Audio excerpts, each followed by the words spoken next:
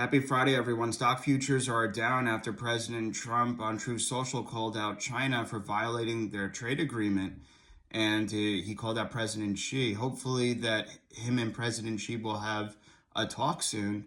Trade Representative Jameson Greer and Scott Bessent saying that they were having some issues in negotiations with China in terms of those talks being stalled, but they're hoping to arrange a phone call between Trump and President Xi. So hopefully that happens so that the trade talks could continue.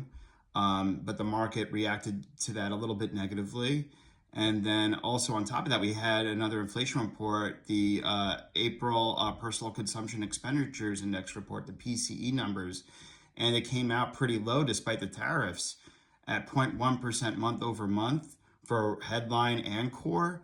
And then we had 2.1 versus 2.2% expected for year over year PCE. This goes to show you that inflation is starting to cool. And the biggest takeaway, well, super core PCE, which is pretty much PCE inflation services, excluding housing, as well as food and energy, that actually showed a decline, negative number, showing a deflationary impulse. It's why the Federal Reserve should ultimately cut rates now, but they won't because they're afraid that tariff inflation, will pick up. Is it possible? Of course, especially if retailers start raising their prices. We're hearing hints of that. They're taking it in the margins right now in the short term, but we don't know if they'll eventually pass those costs to the consumer.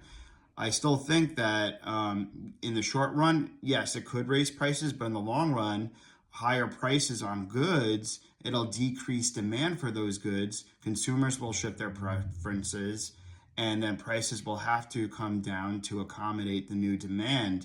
So I think tariffs create slightly more of a growth scare than an inflationary impulse, especially for the long term.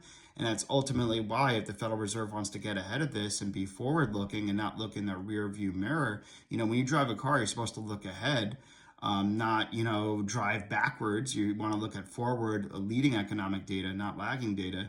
I think they should cut rates, but I don't think they will until they see more data, more months of progress.